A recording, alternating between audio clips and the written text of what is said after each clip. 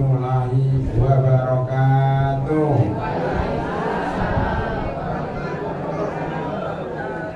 Alhamdulillahi rabbil alamin.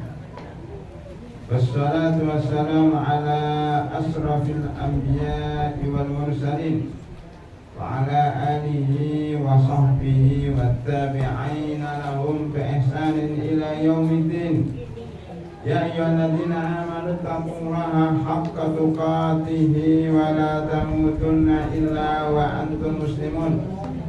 Allahumma inna nas'aluka 'ilman nafi'a wa rizqan thayyiban wa 'amalan mutaqabbala. Allahumma inna nas'aluka al-huda wat-tuqa wal-afafa wal-ghina. Summa amma ba'd.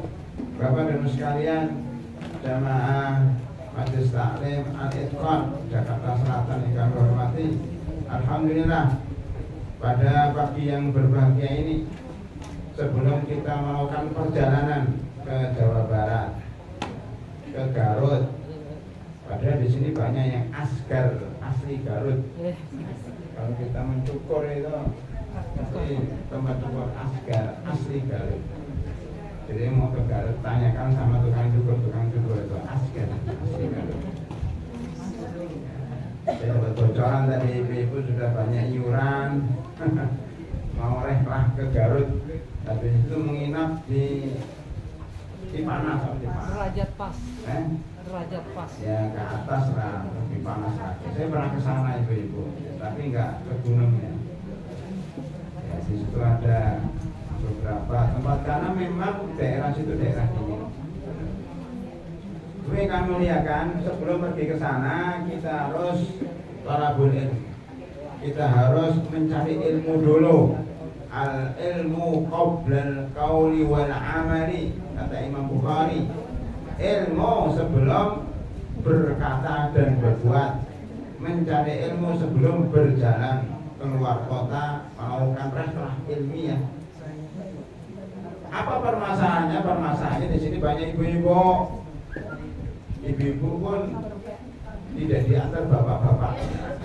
Kalau dilihat ini bapaknya paling ya beberapa ini 10, ibunya 100.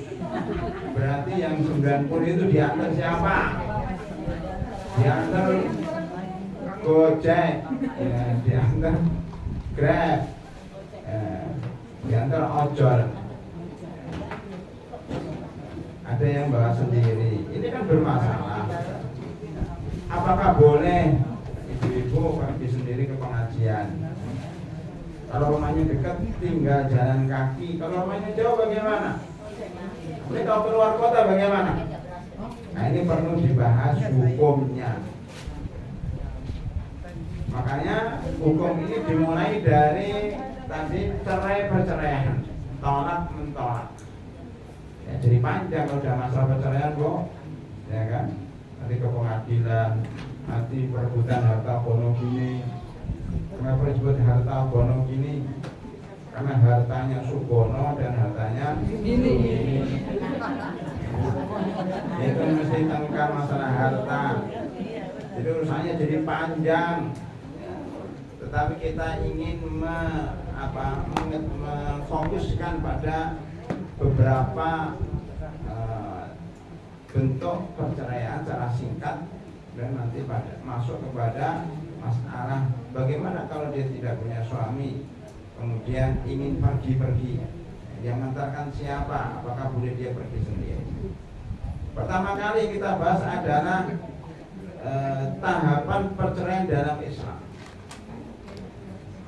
Karena kalau kita bahas macam-macam perceraian itu panjang lagi. Saya sudah menyiapkan materi bentuk-bentuk perceraian dalam Islam atau bentuk-bentuk perpisahan, lebih tepatnya bentuk-bentuk perpisahan suami istri dalam Islam. Salah satunya adalah melalui perceraian. Bisa ada nomor 2, nomor 3, nomor 4, melalui khulu, gugatan cerai, melalui ni'an, ya, saling melaknat, dan melalui cara-cara yang lain. Tapi kita fokusnya pada melalui cara perceraian. Ya, pertama, ya, jadi perceraian itu ada beberapa tahapan. Namanya ada cerai 1, satu, cerai dua dan cerai tiga. Dahulu pada zaman jahiliyah perceraian itu tidak dibatasin. Orang mau menceraikan istrinya 100 kali juga nggak apa-apa. Maksudnya gimana Ustaz? Maksudnya kalau orang mencerai istrinya, kemudian sebelum masa iddah selesai, nanti masa iddahnya kita bahas terakhir, namanya 3 bulan, dia 2 bulan 29 hari, kan tinggal 1 hari nih, maka dirujuk kembali, dirujuk oleh suaminya. Jadi istrinya lagi tengkar lagi, baru sehari kumpul tengkar lagi, suaminya emosi cerai lagi, baru 1 hari jadi istrinya lagi, dicerai lagi, ya masa iddahnya 3 bulan lagi. Ya. Sudah berjalan 2 bulan 29 hari, dirujuk lagi, dirujuk. Nah, begitu seterusnya sampai 100 kali rujuk, 100 kali cerai. Kasihan ini istri, bukan dia istri yang benar dan juga bukan orang yang dicerai. Terkungkung oleh suaminya bahwa suaminya itu menceraikan tiap hari. Ya mungkin pisah rumah, pisah apa, tapi statusnya membingungkan. Dia menikah dengan orang lain gak bisa, sedangkan suaminya statusnya pun dipertanyakan. Jadi seperti ya, di pingpong, ya, seperti sesuatu yang tidak jelas, tidak ke kanan, tidak ke kiri. Kasihan, namanya mu'allaqah, ya, perempuan yang tergantung, digantung nasibnya, tidak bisa dipastikan. Maka Islam datang. Di sini nggak ada ini tambahan. Islam datang menghapus ya, cara perceraian jahiliyah itu, diganti dengan cara perceraian Islam, dibatasin hanya 3 kali. Allah Subhanahu wa taala berfirman dalam surah Al-Baqarah 229, at-talaqu marratani. Cerai itu 2 kali. Loh, sini 2 kali Ustaz? Apa jawabannya Ibu? Katanya 3 kali. Kenapa di sini 2 kali? Anda bisa jawab, Bu? Kenapa di sini 2 kali? Padahal dalam fikih cerai itu 3 kali. Apa jawabannya? Apa yang bisa dirujuk?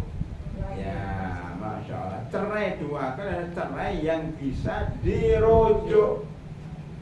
Kalau udah 3 kali cerai, tidak bisa dirujuk kecuali kalau perempuan itu menikah lagi dengan laki-laki lain. Makanya Islam ketika mengarahkan laki-laki cerai itu jangan sekali cerai. Saya cerai kamu 100 kali. Nah, itu kayak zikir, Bu. Sekarang agak zikir itu ada yang bertanya, Ustaz boleh nggak zikir dilipatkan, doa dilipatkan? Subhanallah wa bihamdi 100 kali. Allahu Akbar 33 kali. Jadi tidak perlu subhanallah, subhanallah, subhanallah, subhanallah, subhanallah, subhanallah, subhanallah. Lama banget. Udah subhanallah 33 kali. Boleh enggak? Enggak? Nah itu subhanallah wa bihamdi adada khalqi. Nah, itu hadis itu. Subhanallah bihamdi sebanyak makhluk Allah Subhanahu. Makhluk Allah berapa jumlahnya? Banyak. Manusia aja menurut laporan beberapa orang yang sudah meninggal itu 120 miliar. Ya sudah meninggal. Yang masih hidup sekarang sekitar 8 miliar. Berarti subhanallah wa bihamdi 128 miliar. Begitu baru manusianya.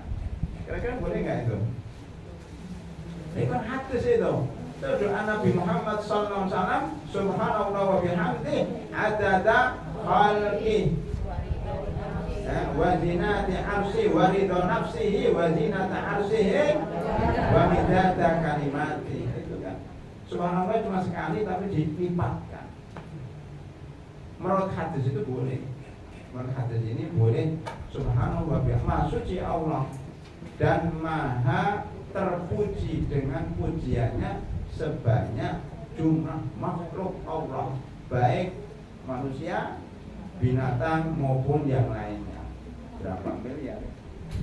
Daripada kita subhanallah wa bihamdihi itu sebanyak 1.120 miliar, sudah banget kan? Itu dibolehkan menurut hadis itu.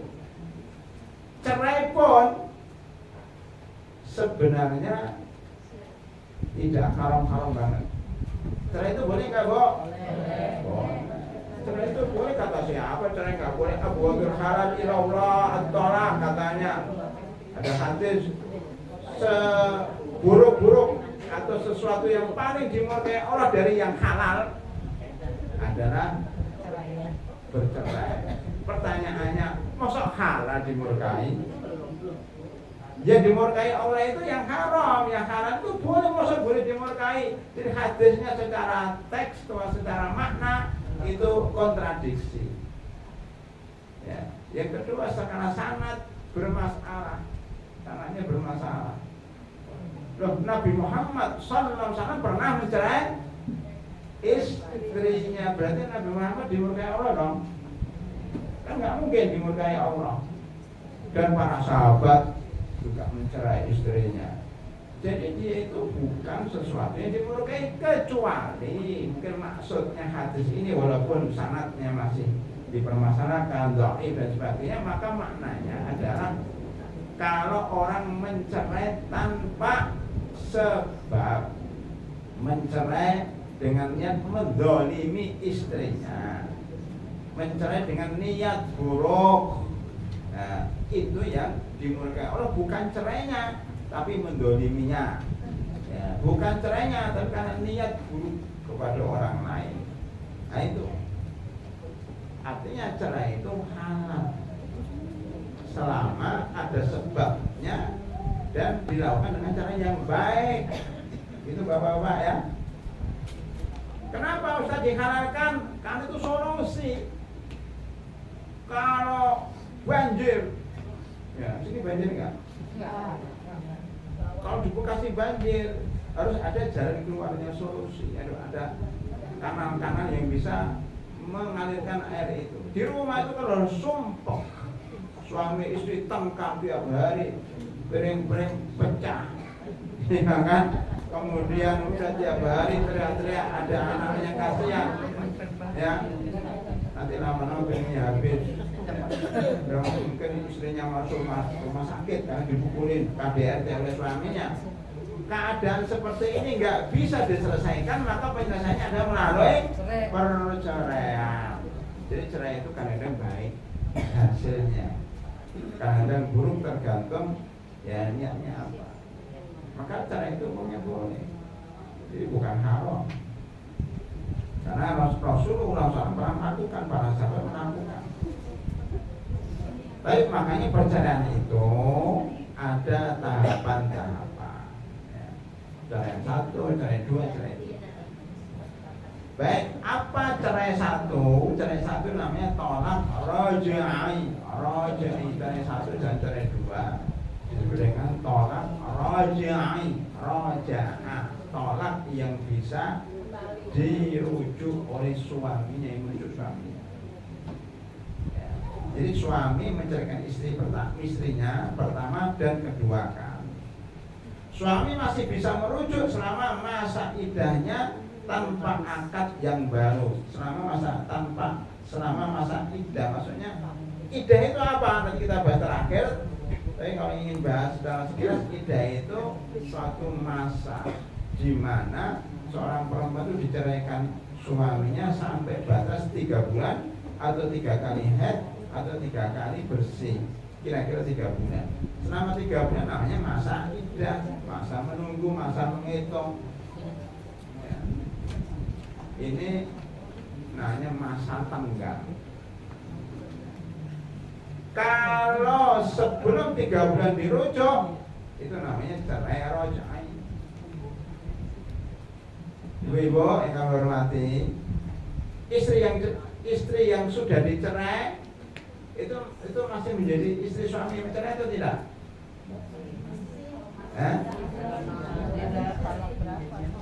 Seorang suami mencerai, saya cerai kamu. Itu masih istrinya atau udah bukan istrinya?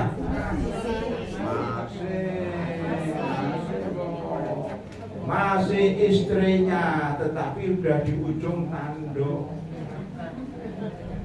Dia istrinya sampai 3 bulan ke depan. Nah, gitu. Dia masih istrinya sampai 3 bulan ke depan. Jadi suaminya masih wajib memberikan nafkah lahir. Batin masih enggak? Enggak. Jadi karena itu istri yang dicerai dalam masa iddah, maka tidak mendapatkan nafkah batin. Bagaimana kalau suaminya tiba-tiba nubruk gitu?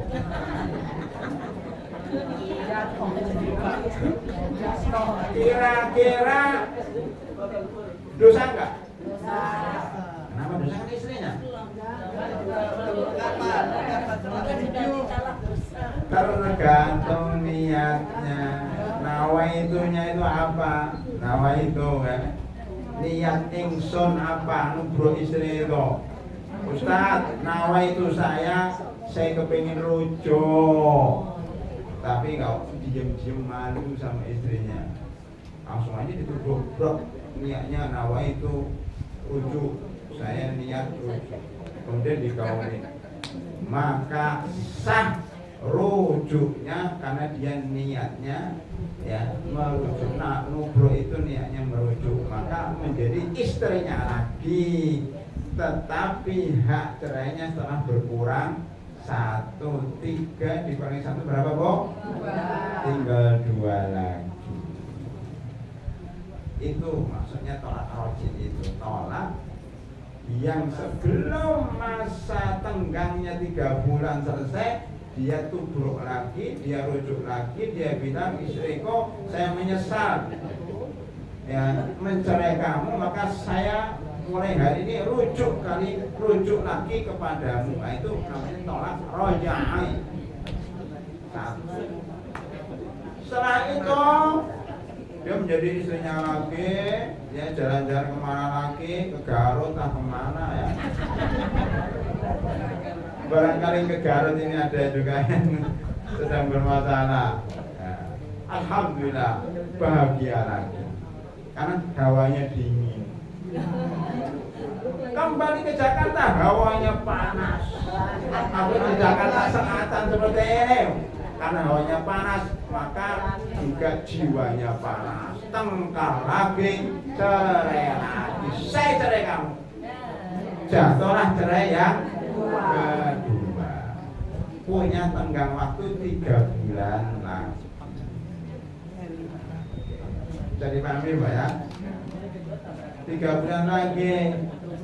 Kemudian nubruk lagi, katanya nubruk lagi. Nawaitunya ya ingin rujuk, maka menjadi istrinya lagi. Jalan-jalan lagi kemana? Ke Cianjur. Jadi habis dari Garut kemana, Bu?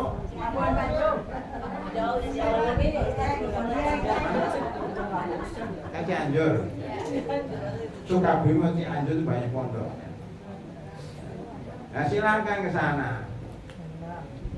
Berarti kalau sudah mencerai 2 kali terroja'ai ya, dan sudah dikembalikan tinggal berapa caranya? Tinggal 1.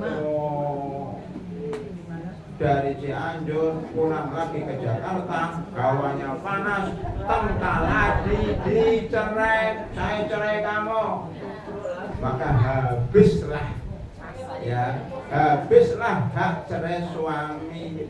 Maka ketika sudah mencerai ketiga kali inilah tidak bisa dirujuk. Maka tolak yang bisa dirujuk hanya 2. At-tolaku marratani. Al-Baqarah 229. Fa insakun bima'ruf au tasrihun bi ihsan. Ada 2 pilihan. Boleh menahan dengan nubruk tadi atau tasrihun bi ihsan dibiari.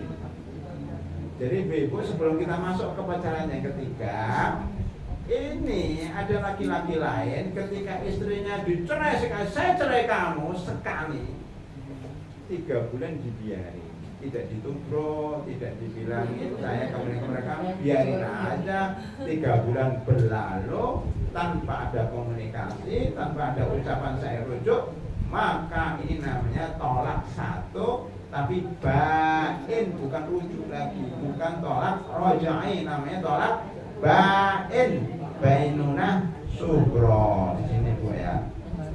Nah, ini tulisannya. Bain bainunah sugro. Tolak bain sugro. Bain bainunah sugro. Bahasanya gitu. Apa itu Ustaz? Bain itu maksudnya pisah. Bain itu tolak, itu cerai. Bain itu udah pisah banget, terpisah, terlepas. Sugro kecil, yaitu cerai yang ya tidak bisa dirujuk lagi, ya. Tetapi bisa dinikahi kembali dengan akad yang baru. Tidak bisa dirujuk dalam masa iddah, tapi bisa nikah kembali dengan akad baru. Karena masa iddahnya sudah habis, maksudnya ini tulisannya agak kurang pas. Tidak bisa dirujuk kembali karena sudah terlewati masa iddahnya. Ini benar gitu ya. Tidak bisa dirujuk kembali karena telah melewati masa iddahnya. Itu Bu ya. Tuh cerai bain bainunah kubro, bukan roji lagi. Kalau roji itu tolak ya, 1 dan 2 sebelum masa iddahnya selesai. Tapi kalau tolak bain, tolak 1, 2 setelah masa iddahnya selesai. Jadi kalau sudah 3 bulan lewat tidak dirujuk, berarti tidak sah lagi, bukan istrinya lagi. Kalau bain itu sudah bukan istrinya lagi. Oh, saya menyesal Ustaz. Maka harus melamar lagi, bayar mahar lagi, akad lagi. Dibolehkan. Karena bukan istrinya lagi. Mana dalilnya Ustaz? Ya. Itu diantaranya adalah surat Al-Ahzab, ya. Diantaranya surat Al-Ahzab ayat 49. Ini kalau ya dia belum disentuh. Baik, bisa dipahami Bu ya. Baik.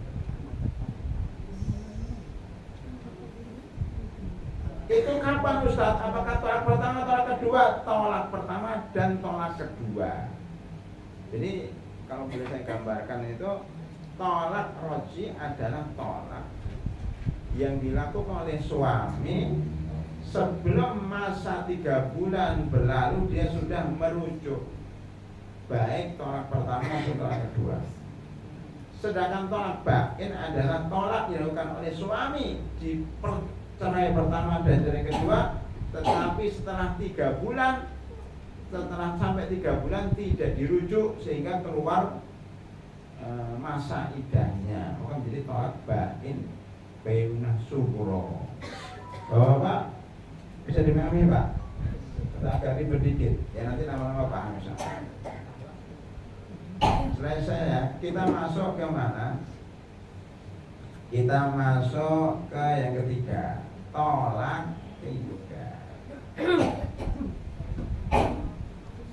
Namanya tolak bain kubro, atau panjangnya bain bainunah kubro. Tolak yang memisahkan suami istri yang besar akibatnya. Sama-sama nggak boleh dinikahi. Tetapi kalau sudah cerai 3 kali ini tidak boleh dinikahi, tidak boleh rujuk. Kalau tadi yang 1, 2 bainunah sugro itu boleh kembali ke istrinya dengan syarat nikah dengan akad baru. Yang ketiga ini tidak bisa dirujuk dan masa iddahnya nggak berlaku, tidak bisa dirujuk, dan tidak boleh dinikahi kecuali dengan 5 syarat. Tidak kan 5 syarat. Dari sini dulu. Ada yang masih bingung. Bainuna sughra dan bainuna kubra bisa dipahami?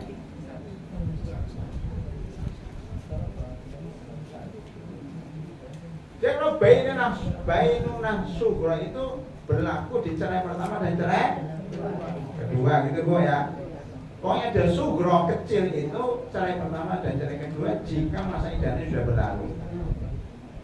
Adapun bainuna kubra adalah cerai ketiga kali, itu pasti bainuna kubra, bukan istrinya lagi. Ketika mencerai, saya cerai kamu yang ketiga, langsung terputus, bukan istrinya lagi, tidak dapat nafkah lahir dan batin, dan haram menubruk.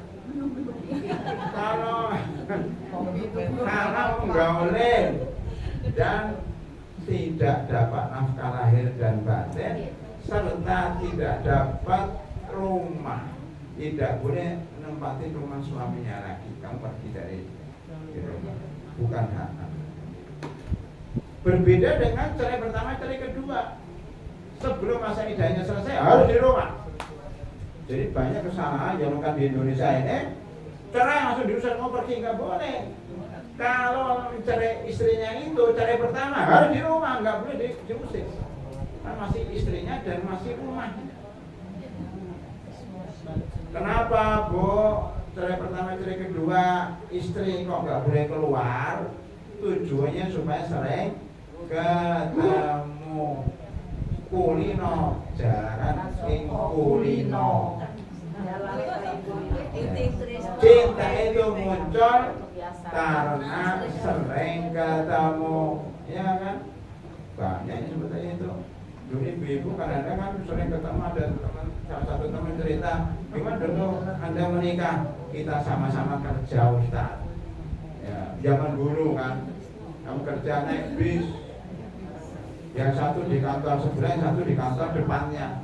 Tapi naik bisnya sama-sama. Setiap pagi ketemu di situ. Setiap pagi, setiap hari, lama-lama muncullah rasa cinta. Ya tresno, jalan ini. Akhirnya menikah. Ada juga orang yang sudah punya istri, dia naik mobil, kemudian tetangganya minta bonceng karena satu arah. Istrinya perempuan ini punya suami juga, yang suami punya istri juga. Tapi karena sering ketemu di mobil, ketika menuju ke kantor, lama-lama cinta tumbuh. Padahal sudah punya istri. Maka kadang orang bekerja itu lebih sering ketemu dengan cewek lain daripada istrinya. Oh, perginya jam 6. Pada subuh, bahkan sebelum subuh sudah pergi, mulai jam 11 ini sudah tidur. Jadi selama berjam-jam itu ya ketemu sama teman kantornya itu. Akhirnya begitulah terjadi perselingkuhan ya, karena sering ketemu. Oleh karena itu Islam mensyariatkan istri yang dicerai pertama dan kedua jangan keluar rumah supaya sering ketemu. Sudah marah-marah, tapi ketika suaminya ke dapur, istrinya keluar dari kamar mandi, dibawa sampo, senggolan. Ya, akhirnya terjadilah apa yang terjadi. Akhirnya rujuk kembali. Ya, itu yang diinginkan Islam. Oh ya, alhamdulillah rujuk kembali. Apalagi kalau rumahnya kecil, mesti ketemu terus. Mau kemana ketemu lagi. Maka punya rumah jangan besar-besar, itu susah merujuknya. Istrinya di atas, kamar mandi yang suaminya di bawah. Itu Bu ya. Makanya nggak boleh keluar rumah. Tetapi ketika tolak yang ketiga itu wajib keluar. Detik itu juga kamu bukan istri saya lagi, segera keluar dari rumah ini. Makanya sebelum bicara yang ketiga, istri harus siap-siap WA-in teman-teman satu pengajian teleponku ada tempat kosong nggak? Ini suamiku sudah cerai kedua ini ya siap-siap udah Pak, nanti kalau dicerai ketiga datang ke rumah sakit. Ya, karena sudah nggak punya hak tinggal bersama suami, nggak dapat nafkah, nggak dapat rumah. Itu cerai ketiga. Ternyata suaminya menyesal. Udah nasi sudah jadi, sudah nggak bisa balik lagi. Tetapi walaupun begitu, Islam masih berikan kesempatan walaupun sangat kecil. Karena harus 5 syarat. Berapa, Bo? 5. Kalau bainunah sugro yang cerai 1, cerai 2 tadi syaratnya cuma akad nikah saja. Langsung dinikahi bisa dengan nikah yang baru, dengan akad yang baru. Tapi kalau sudah cerai ketiga nggak bisa. 5 syarat. Apa 5 syarat itu? Pertama, harus selesai masa iddah. Selesai masa iddah dari suami yang pertama. Walaupun sebenarnya bagi suami nggak perlu masa iddah karena udah bukan istrinya. Tapi maksudnya untuk menikah perempuan itu ketika dicerai ketiga kali itu nggak boleh langsung nikah dengan laki-laki lain. Kan ada mungkin sebelum dicerai itu udah WA sama mantan pacarnya di SMA dulu. Bang, ini saya mau dicerai oleh suami saya. Gimana kalau dicerai saya nikah dengan kamu gimana? Iya silahkan. Ya, saya nunggu katanya. Tapi ketika dicerai nggak bisa langsung, harus nunggu 3 bulan. Mudahnya 3 bulan. Soalnya 3 kali haid atau 3 kali suci. Nah itu kok. Jadi nunggu 3 bulan dulu, nggak langsung nikah begitu saja. Setelah 3 bulan, syarat kedua dinikahi oleh laki-laki lain. Boleh tetangganya, boleh teman kantornya, boleh teman pengajian, pokoknya dinikahi. Maka kadang-kadang ada yang kong kali kong bu. Ini suaminya menyesal, tapi sudah terlanjur dicerai 3 kali. Dia bilang sama temennya, itu nikahi mantan istri saya ya. Tapi jangan colek-colek. Dengan syarat jangan dicolek. Enggak, nanti kalau sudah semalam ceraikan lagi gitu. Maka pertama masa iddah dari suami pertama selesai, yang kedua dinikahi laki-laki tetangganya. Kan boleh, udah 3 bulan kan? Habis itu apa? Cerai. Jadi syaratnya suami yang kedua itu harus menceraikan.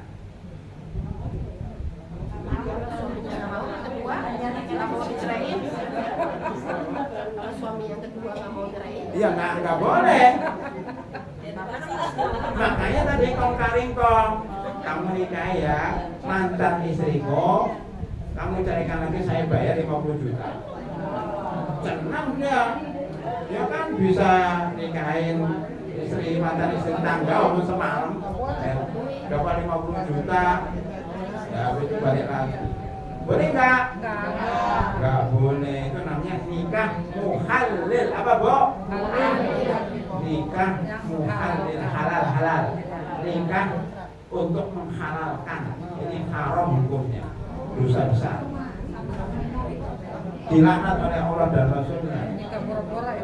Al-muhalil wa muhallilah. Jadi muhalil ini nikah sekedar menghalalkan. Pernah dibuka itu di puncak Bu, di puncak di website itu. Ayo siapa yang mau yang menghalalkan jadi perantara. Bahkan itu luar biasa, itu sudah di-branded oleh pemerintah itu ya. Di situ dinikahkan. Jadi begini Bu, ada di Indonesia ada tuh udah ditutup websitenya. Itu dengan bersembunyi di balik pernikahan. Jadi ini biro jodoh. Dia katakan ini biro jodoh syariah katanya. Di mana di sebuah apartemen atau hotel gitu. Nanti disediakan perempuannya, disediakan wali-waliannya, bukan wali beneran. Ya. Menikah begitu, padahal bukan walinya, itu germonya tapi ngaku wali. Setelah menikah boleh cuma semalam, boleh 2 malam, 3 malam itu dicerai. dia nikah kontrak, dicerai. Cerai kan dia kepengen lagi, nanti disediakan laki-laki yang menghalalkan. Dia tadi nomor 3, jadi dinikahi oleh laki-laki lain cuma semalam, besok diceraikan. Jadi syarat pertama adalah selesai masa iddah, syarat kedua dinikahi laki-laki lain, syarat ketiga diceraikan. Kata ibu-ibu, kalau nggak diceraikan, ya nggak boleh. Ini terjadi pada zaman Umar bin Khattab radhiyallahu anhu. Ada seorang laki-laki menceraikan istrinya, tapi dia menyesal. Menceraikan 3 kali. Menyesal. Dia bingung gimana caranya. Dia nyari orang-orang yang ada di pinggir jalan itu. Ya, orang-orang yang nyari pekerjaan, bawa pacul, bawa linggis, kan banyak itu di jembatan-jembatan. Pak, pengen kerjaan, aku pengen. Ini udah seminggu di Jakarta, nggak ada yang manggil untuk apa, untuk bangunan itu. Udah, saya beri kerjaan, mau apa itu? Nikahi mantan istri saya. Saya bayar 50 juta, mau lah. Pengangguran di pinggir jalan. Ini terjadi pada zaman Umar bin Khattab. Makanya orang pinggir jalan ini kemudian menikahi mantan istrinya dengan upah 50 juta. Tapi syaratnya besok pagi kamu cerai. Baik katanya. Benar. Hanya dia menikah, kemudian ditunggu-tunggu itu paginya nggak dicerai-cerai ya.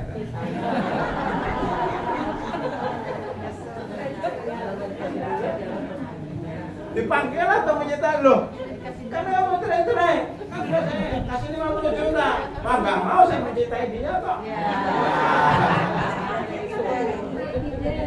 Akhirnya orang yang udah menerima itu gigit jari dan kehilangan istrinya, kehilangan 50. Akhirnya lapor ke pihak yang berwenang, yaitu Rasulullah Sallallahu Alaihi Wasallam. Bukan Rasulullah, Umar bin Khattab. Maaf, itu yang Umar bin Khattab, Khalifah katanya. Kata Umar bin Khattab, nggak bisa. Salahnya kamu sudah memberikan 50 juta. Nah, itu kamu yang rugi, tidak boleh dicerai karena dia saling mencintai. Jadi pulang gigit jari dia. Dan itu haram. Itu Bu ya, itu terjadi. Makanya kalau memang akad pertama misalnya kalau dia menyelesaikan ya sah, itu menjadi suami yang sah. Kalau dia mencintai sudah jadi suami.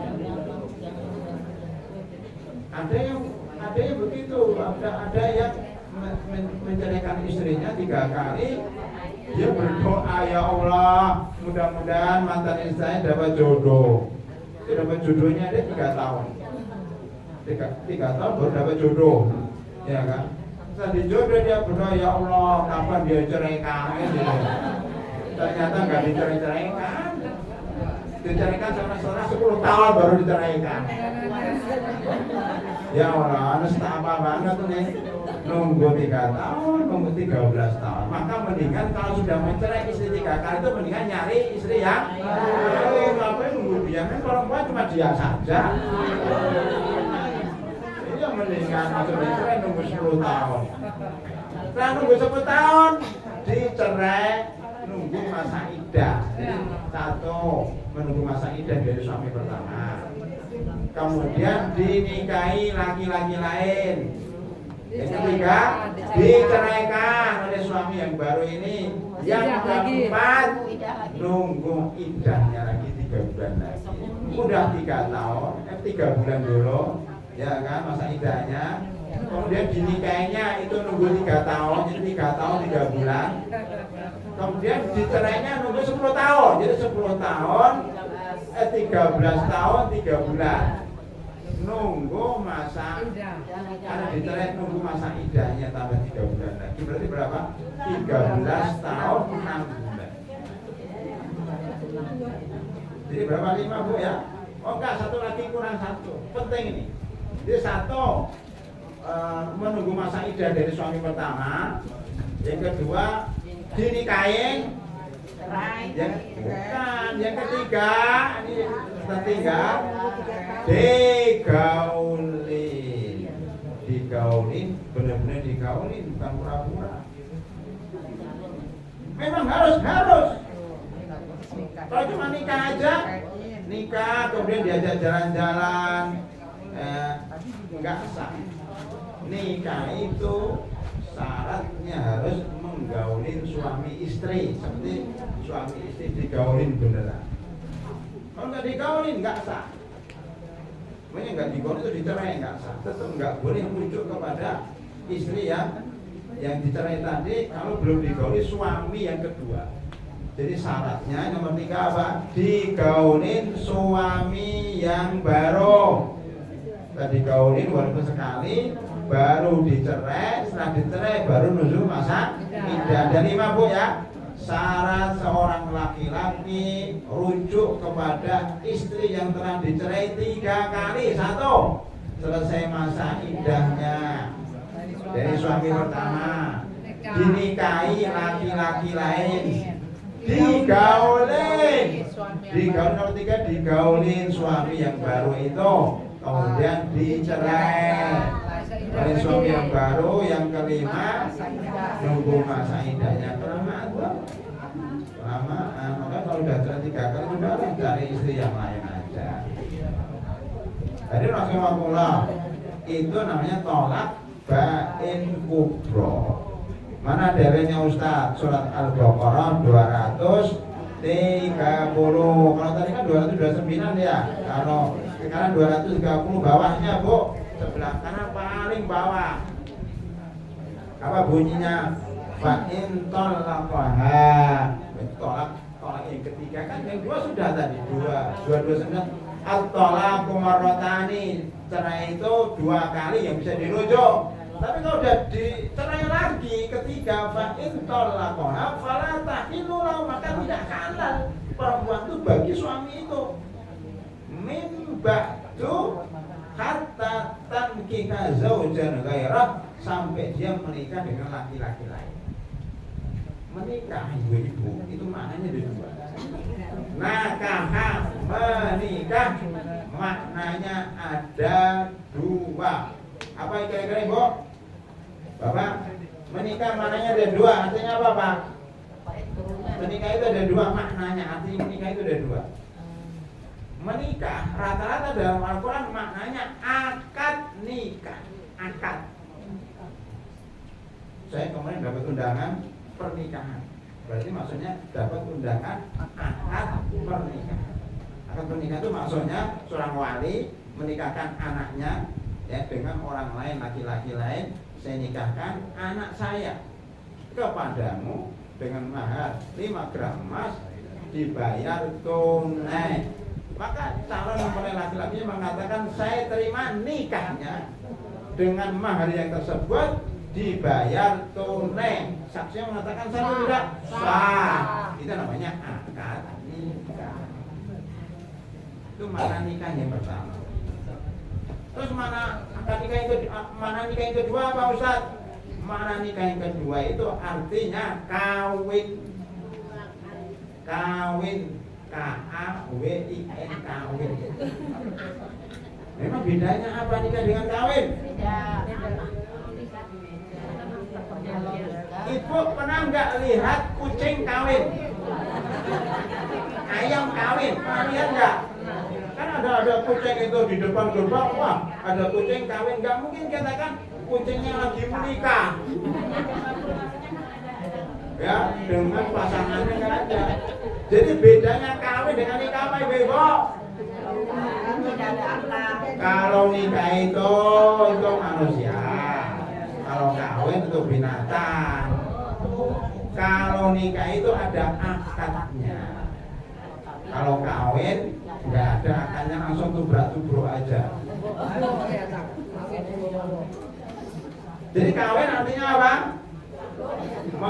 Tubrak-tubruk, laki-laki menggaulin perempuan, itu kawin. Dia sedang mengawinin, sedang kawin, sedang melakukan hubungan seksual, hubungan ya bukan suami istri, ya bukan suami istri, melakukan hubungan seksual dengan ya halal atau tidak halal, yang penting melakukan hubungan seksual itu namanya kawin.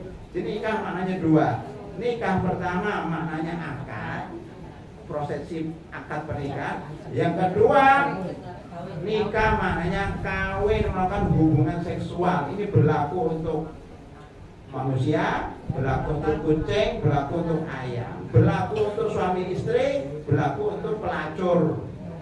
Jadi nikah dengan makna kedua itu hubungan seksual. Mana dalilnya Ustaz? Surah Al-Baqarah 230. Jadi jika suami menceraikan istrinya untuk ketiga kalinya, maka tidak halal baginya rujuk setelah sampai istri menikah dalam buka kurung sampai istrinya digaulin. Bukan menikah sih, digaulin. Jadi satu-satunya makna dalam Al-Quran nikah yang berbeda ini. Surah Al-Baqarah 230 maknanya digaulin. Bukan sekedar akad, kalau akad belum sah, belum halal untuk suami yang pertama. Jadi harus digaulin hatta tankiha zaujan ghairuh. Maka saya usulkan kepada Kemenak, Departemen Agama, bagian pada jemaah Al-Quran supaya dibuka kurung sampai istri tersebut menikah, buka kurung digaulin oleh suami yang lain sampai dia menikah dan digauli oleh suami yang lain. Kan gitu. Lalu jika suami yang baru itu menceraikannya, jadi masa iddah, menikah, digaulin, dicerai, dan masa iddahnya selesai, maka tidak ada dosa bagi kedua mantan suami istri itu untuk rujuk kembali dengan akad yang baru, tapi melalui 5 syarat. Ini jarang terjadi. Memang mungkin 1-2 ada yang terlalu setia dengan istrinya, nunggu 13 tahun 6 bulan dia akhirnya menikahi mantan istrinya ya. Tapi itu jarang terjadi. Biasanya laki-laki nggak sabar ya, langsung menikah dengan yang lain. Mana lagi dalilnya Ustaz? Ya saya ceritakan ini. Ada pada zaman Rasulullah SAW, namanya Rifai Al-Quradi dari Bani Quraidah, mantan orang Yahudi yang kemudian atau dari kabilah Yahudi yang Muslim dan masuk Islam. Quradi Bani Quraidah ya. Ini menceraikan istrinya. Terjemahnya ini Bu. Al-Quradi ya, itu menceraikan istrinya. Lalu istrinya itu menikah dengan Abdurrahman bin Zubair, anaknya Zubair bin Awam. Dan satu sahabat di zaman masuk surga punya anak namanya Abdurrahman, saudaranya Abdullah bin Zubair. Jadi Abdullah bin Zubair khalifah yang kelima sebelum Yazid ya, sebelum Yazid ya. Jadi khalifah setelah Muawiyah itu Abdullah bin Zubair. Nah, punya saudaranya Abdurrahman. Jadi perempuan tadi, istrinya Rifa'ah tadi dicerai 3 kali atau dicerai ya 3 kali, maksudnya dicerai 3 kali, menikah dengan namanya Abdurrahman bin Zubair. Itu Bu ya. Dia mau balik kepada istri yang lama, dinikah Abdurrahman bin Zubair ya.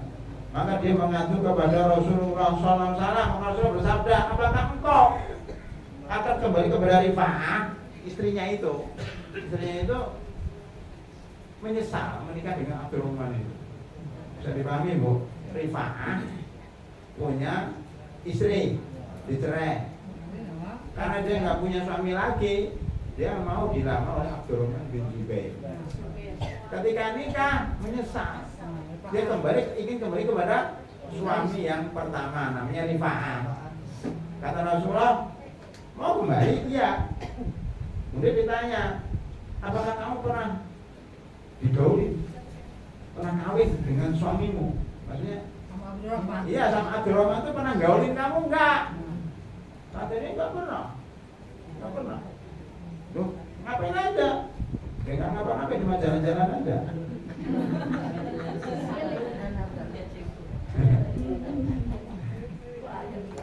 Rasulullah katakan, ya nggak bisa.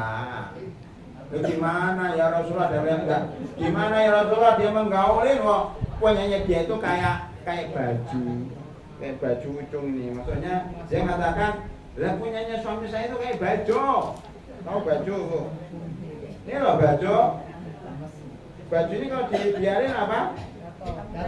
Jatuh. Maksudnya lembek. Maksudnya dia tidak mampu. Dia tidak mampu menggauli istrinya. Tidak mampu karena penyakit gula, karena sudah usia, karena ya penyakit lainnya, sehingga dia tidak mampu menggaulin saya. Dia sudah nikah tapi belum mengawinin, belum menggaulin. Selama ini banyak loh ya wanita-wanita yang kelihatannya bahagia, kaya, ternyata nggak pernah disentuh oleh suaminya. Kayak di sini terjadi pada zaman Rasulullah, ternyata istrinya siapa? Rifa'ah itu tidak boleh disentuh oleh Abdurrahman bin Jubair. Padahal sesama Rifa'ah tiap hari disentuh, siang malam disentuh terus. Giliran pindah ke suami yang baru nggak diapa-apain. Kata Rasulullah, nggak bisa kamu balik sampai kamu disentuh, bahasanya apa? Sampai kamu merasakan madu suamimu dan suamimu merasakan madu istrimu. Kok pakai madu? Madu itu manis gak? Jadi berhubungan itu rasanya kayak madu manis. Nah, begitu bahasanya bahasa sindiran. Sampai kamu merasakan madu suamimu dan suamimu merasakan madu kenikmatan manis. Oh, belum ya, nggak bisa. Itu terjadi pada zaman Nabi Muhammad Sallallahu Alaihi Wasallam. Makanya para ulama menjelaskan syaratnya harus digaulin oleh suami yang baru, nggak digaulin nggak bisa. Pertanyaan berikutnya, apakah sah itu nikah tanpa digaulin? Sah, karena orang itu menikah itu tujuannya bukan satu-satunya menggaulin. Ada juga nikah karena khidmat. Ini ada orang tua, ya kan, udah tua, ya, tokoh, dia nggak punya, udah meninggal istrinya, akhirnya menikah dengan lebih muda. Nikah dengan lebih muda, dia udah nggak sanggup lagi, nggak apa-apa, saya kepengen khidmah. Khidmah itu membantu keperluan itu aja. Ada juga ya orang yang menikah, banyak artis itu yang masih muda-muda mau menikah dengan kakek-kakek. Kenapa? Karena dia punya harta banyak, nunggu dia mati. Atau ini kan paling praktis di masa yang sulit ini nyari pekerjaan kan. Pada yang muda, ya pada yang paling muda ya itu mau nikah dengan orang kaya. Entah istri keberapa nggak tahu. Yang penting nunggu dia mati. Atau dia buat masalah. Saya pernah melihat atau mendengar seorang artis yang masih muda cantik nikah dengan loh sudah tua, udah 70 tahun 60 tahun kok mau. Saya prediksi pasti habis ini benar. Baru 6 bulan sudah cerai, tapi katanya lumayan dapat harta gondok. Lumayan kan. Ini namanya nikah memburu harta. Secara fikih sah, tetapi bukan tujuan utama pernikahan, juga ideal itu. Pernikahan itu tuh sakinah, mawaddah, rahmah, mempunyai anak. Ternyata ada tujuan-tujuan lain. Ada sekarang pernikahan status. Daripada saya dikatakan janda terus nggak enak kan. Udah saya nikah itu punya suami, masalah suaminya di mana, istrinya di mana itu nggak ada urusan. Karena suaminya di luar negeri, suaminya di luar kota. Dia istrinya kadang-kadang cuma didatangi 3 bulan sekali, nggak masalah. Kan banyak seperti itu. Bahkan ada yang syekh dari Arab, dari Yaman, dari mana datang ke Indonesia nikah dengan orang Indonesia. Ada. Nanti ditinggal-tinggal terus itu. Datanya 15 sekali nggak apa-apa. Itu namanya nikah status. Sah nggak? Sah. Selama kedua belah pihak sepakat. Nikah itu kesepakatan. Kan masalah digauli, masalah kan itu kan hak. Kata istrinya ada ini kejadian di Jogja kok, perempuan janda kan ditinggal mati suaminya tapi kaya, pimpinan perusahaan kaya raya. Dia satu kekurangannya, tidak punya teman untuk ngobrol, tidak punya teman untuk jalan-jalan di Malioboro. Apa Malioboro, Bu? Jalan-jalan di Jogja. Akhirnya apa? Dia nyari suami yang mau menemani dia. Ketemulah sama salah seorang anggota jamaah pengajian di Bekasi. Tapi sayangnya Jamil udah punya istri dan anak 7.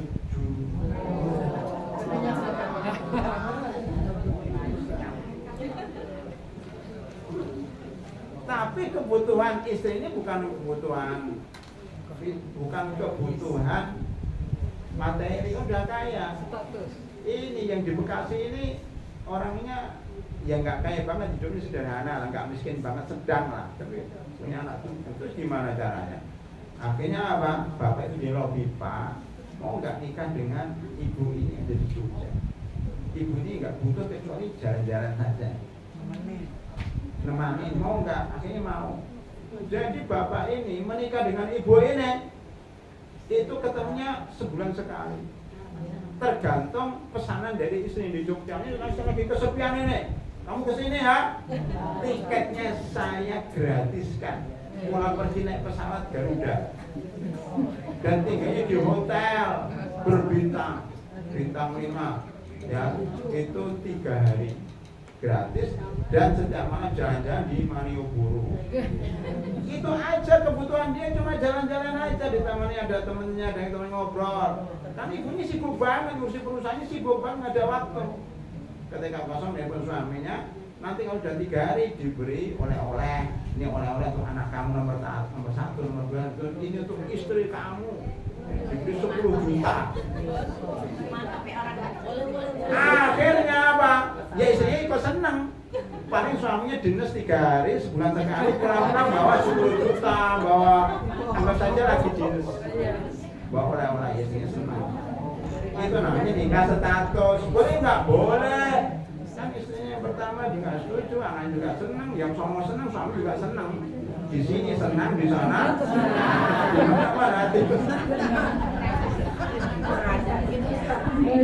Itu tergantung kesepakatan. Loh, masa suaminya nggak berikan nafkah? Loh, nafkah itu kan hak istri. Kalau istri nggak minta kan nggak apa-apa. Jadi enak nikah dengan istri yang tidak minta nafkah lahir dan nafkah batin apalagi. Sudah, akhirnya sepakat. Jadi berikan nafkah malah istrinya, bukan suaminya. Karena suaminya hidupnya pas-pasan, tidak punya istri dan anak. Itu yang terjadi di Indonesia. Itu boleh, Bu, ya. Namanya nikah status atau nikah sama. Selesai, ini kabar kata ulama.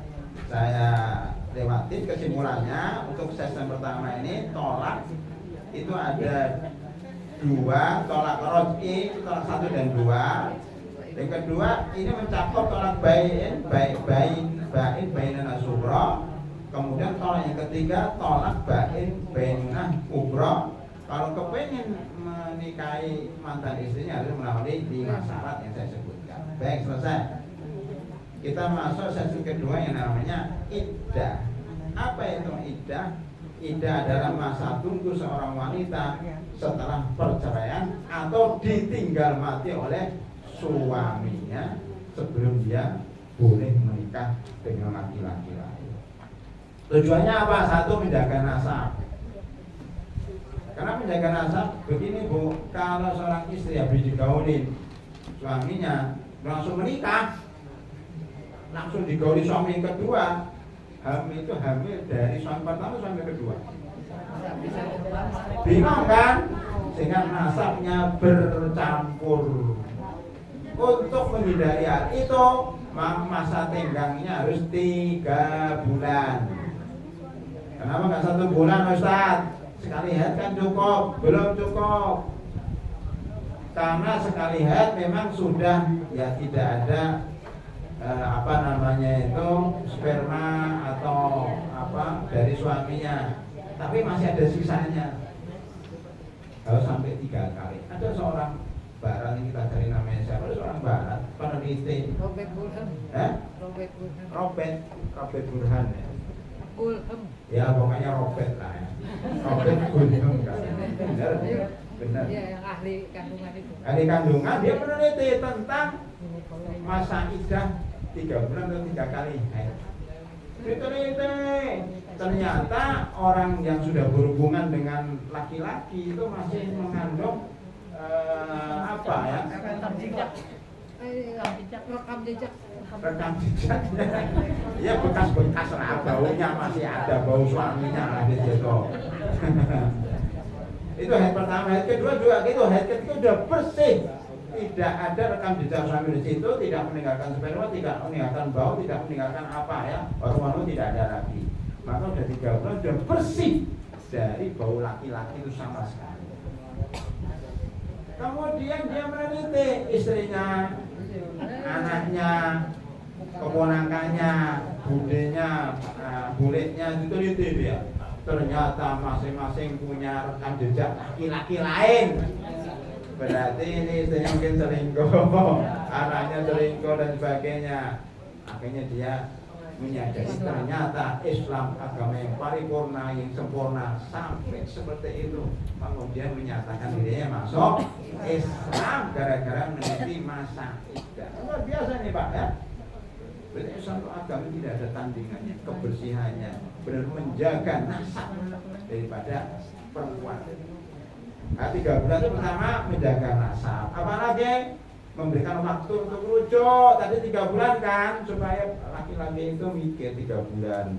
Enak ya, enak enggak sih kalau enggak istrinya dicerai, dipertimbangkan dengan istri perempuan tetangga, mantan pacarnya dulu, kira-kira enak dengan istri yang saya cerai. 3 bulan dia merenung. Oh ternyata masih enak mantan istri saya baru saya cerai. Makanya dia rujuk. Jadi Islam itu memberikan kita ruang untuk merenung kembali apa yang sudah kita putuskan. Itu, untuk merenung. Berikutnya apa? Ya, penghormatan terhadap pernikahan. Pernikahan ini dilakukan dengan cara yang hati-hati, dengan suci. Kehormatan jangan langsung dibatalkan begitu saja tanpa pikir panjang. Makanya bebo, jangan mudah minta cerai ketika sedang tengkar dengan suami. Minta cerai, jangan mengucapkan sesuatu ketika emosi. Kalau minta cerai itu renungkan dulu seminggu 2 minggu. Oh iya, saya sudah istiqoroh, saya kepengen cerai dari suami, silakan gugatan cerai. Suami juga begitu, sebelum carikan istrinya harus istiqoroh dulu. Jadi harus pelan-pelan. Itu maksud dari iddah. Baik, apa macam-macam iddah? Ini penting kok. Iddah, 1, iddah karena talak bagi wanita yang haid. Dia masih haid, masa iddahnya ada 3 kali suci atau 3 kali haid. Jadinya soal Baqarah 22:8 wal mutallaqatu yatarabbasna bi anfusinna salasata quru. Bagi perempuan masih muda, masih haid, maka batasan iddahnya ada 3 kali haid. Haid ini 3 kali quru, maknanya ada 3 kali haid atau 3 kali suci. Kalau 3 kali haid lebih cepat Pak. Tapi kalau kepengen lebih hati-hati, 3 kali suci itu lebih lama kan? Haid, suci, haid, suci, haid, suci. Bagi yang mengatakan 3 kali haid, berarti kan cuma haid, suci, haid, suci, haid, cuma 5 kali, dia langsung bisa nikah.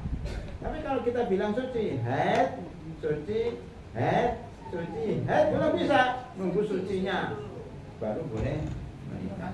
Jadi suci ini tentunya lebih lama, tapi itu hilang. Baik, mudahnya 3 bulan. Kemudian yang kedua, iddah karena talak bagi wanita yang tidak haid, karena masih kecil. Masih kecil itu maksudnya gimana? Di bawah umur, belum balik. Loh Ustaz, apa boleh menikahi anak TK? Boleh. Modelnya ini surat At-Thalaq ayat 4. Dan masa iddah orang yang belum haid, maksudnya masa iddah anak TK, anak SD, itu adalah 3 bulan. Sebagaimana dibolehkan menikah dengan anak TK, dibolehkan juga menikah dengan nenek-nenek 80 tahun. Boleh, ada banyak. Ada nenek-nenek nikah dengan pemuda umur 30 tahun, ada. Dan pernikahannya resmi, menikah saling mencintai, Masya Allah, kan hati di tangan Allah. Ya, bisa bolak-balikan hati. Ini tiga pemuda 30 tahun mencintai nenek-nenek yang 70 tahun. Ada, tapi cerai. Nah, idahnya nenek-nenek ini sudah menopause, sudah tidak haid lagi kan? Idahnya berarti berapa? 3 bulan. Jadi idahnya anak kecil dan idahnya nenek-nenek itu 3 bulan. Yang belum haid maupun yang sudah enggak haid lagi. Surat At-Tolak ayat 4. Wallahi ya'isna minal mahidi min nisaikum in tabtum fa iddatuhunna salasatu ashhur wallahi lam yahid. Artinya wanita-wanita yang tidak haid lagi manipus di antara istrimu, jika kamu ragu maka iddahnya adalah 3 bulan. Begitu juga wanita-wanita yang belum haid, belum balik. Jadi pernikahan Mbah Pujo ya? Mbah Puji itu perempuan, Pujo laki-laki. Oh iya. Ini kok Mbah Puji ya, Mbah Pujianto mungkin gitu ya. Menikah dengan Ulfa yang umur 12 tahun di Semarang. Itu secara Islam sah, tetapi KPAI, Komisi Perlindungan Anak-anak itu ya, itu mempermasalahkan ini pelecehan sama anak-anak kecil masih SMP kok dinikahi katanya. Bang, keluarganya aja mau kok, ibunya mau, ceweknya juga mau. Itu karena dilarang, ini melanggar hak asasi ya, seterusnya. Akhirnya kasih nih Mbak Puji ini di penjara. Nikah.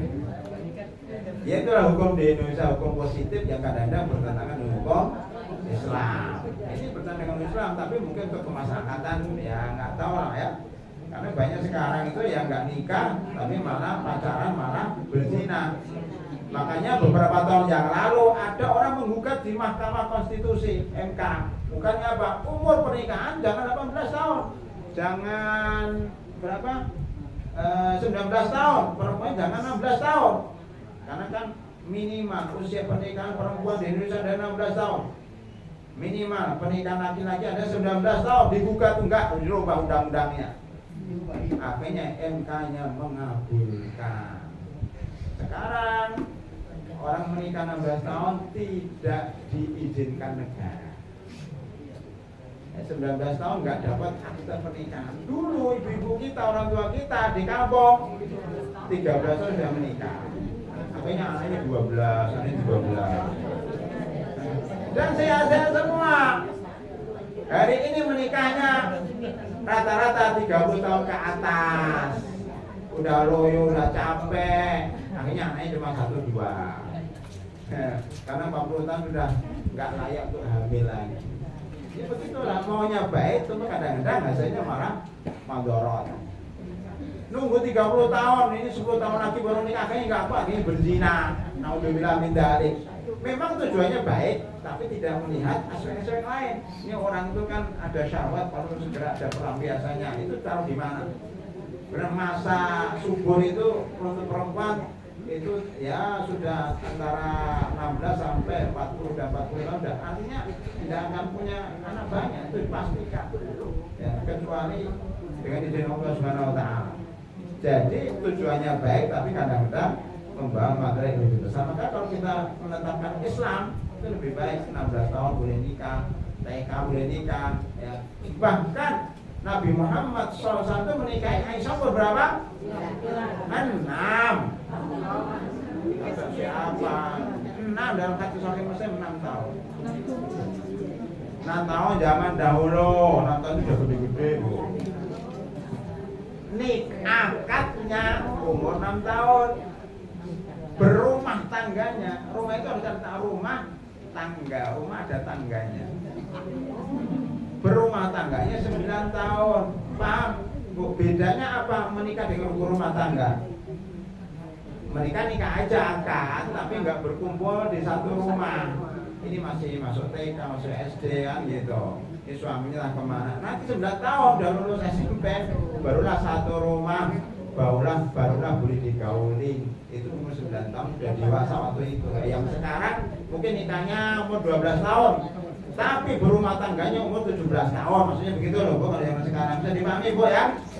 Jadi Aisyah itu nikahnya umur 6 tahun, digaulinya umur 9 tahun, punya rumah baru 9 tahun. Dan waktu itu umur 9 tahun dianggap dewasa. Ini nggak masalah. Jangan sampai kita terpengaruh dengan orang-orang yang taris. Nabi Muhammad begini-begini melecehkan Nabi Muhammad. Nauzubillah min dzalik. Ini dalilnya surah At-Tolak ayat 4. Boleh menikah dengan orang di bawah umur, tidak mesti digauli, menunggu sampai dia dewasa. Bahkan dulu para ulama itu karena berteman dengan ulama, anaknya si bayi-bayi udah gini aja, kita nikahkan antara anak kita, yang satu SD, yang satu SD juga udah, tapi nggak bertemu, bertemunya kalau udah dewasa, begitu para hadirin, supaya selama tidak macam. Baik, sekarang iddah wanita hamil, sampai melahirkan, baik karena talak maupun ditinggal mati. Ada ya laki-laki ketika anaknya mau lahir udah 9 bulan hamil dicerai, saya cerai kamu. Kapan masa iddahnya selesai sampai melahirkan? Setelah dicerai 3 hari langsung melahirkan, langsung boleh menikah. Boleh. Jadi ada nggak masa iddah 1 hari, Bu? Ada.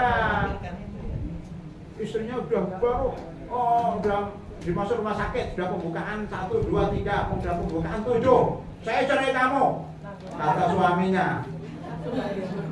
Baru 1 jam sudah melahirkan. Saat dilamarlah dokternya melamar, saya lamar kamu ya, karena suaminya menceraikan. Menikah dengan dokter yang membantu kelahiran. Itu boleh, karena orang hamil itu masa iddahnya sampai melahirkan. Itu Bu. Nah, kalau ingin cepat nikah ya hamil dulu, terus minta suaminya menceraikan ketika sudah mau melahirkan. Surat At-Tolak ayat 4, wa ulatul ahmali ajalahunna yadhna hamlahun. Wanita yang hamil maka iddahnya sampai melahirkan. Tunggu ya.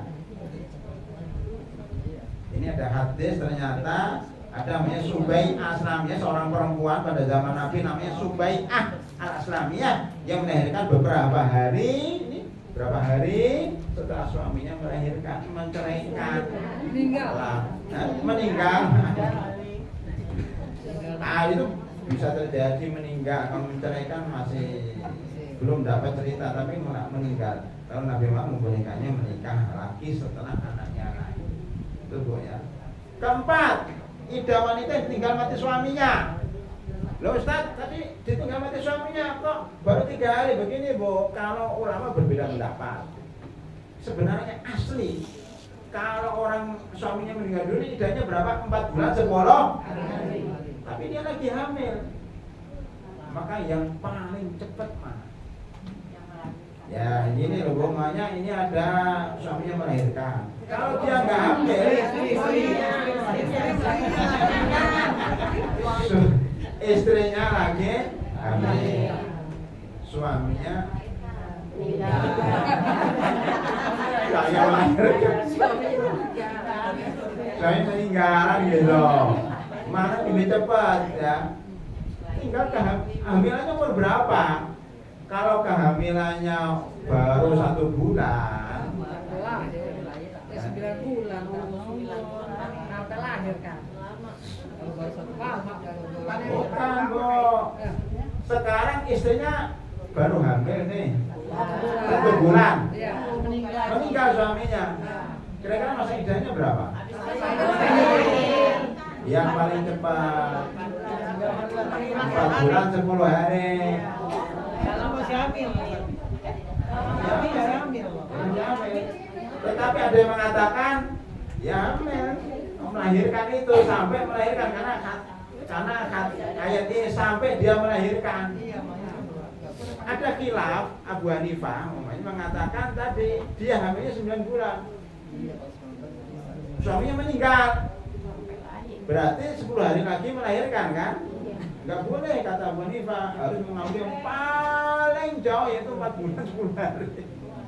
Ada begitu, tapi yang sahih bahwa pokoknya yang melahirkan ya sudah melahirkan, berarti walaupun cuma sehari, walaupun cuma 3 hari dia menikah. Itu pendapat yang lebih selamat. Jadi yang mati suaminya masa iddahnya 4 bulan 10 hari. Pertanyaannya, kenapa dibedakan? Yang mencerai, yang dicerai itu cuma 3 bulan, yang ditinggal matinya 4 bulan 10 hari, kenapa dibedakan?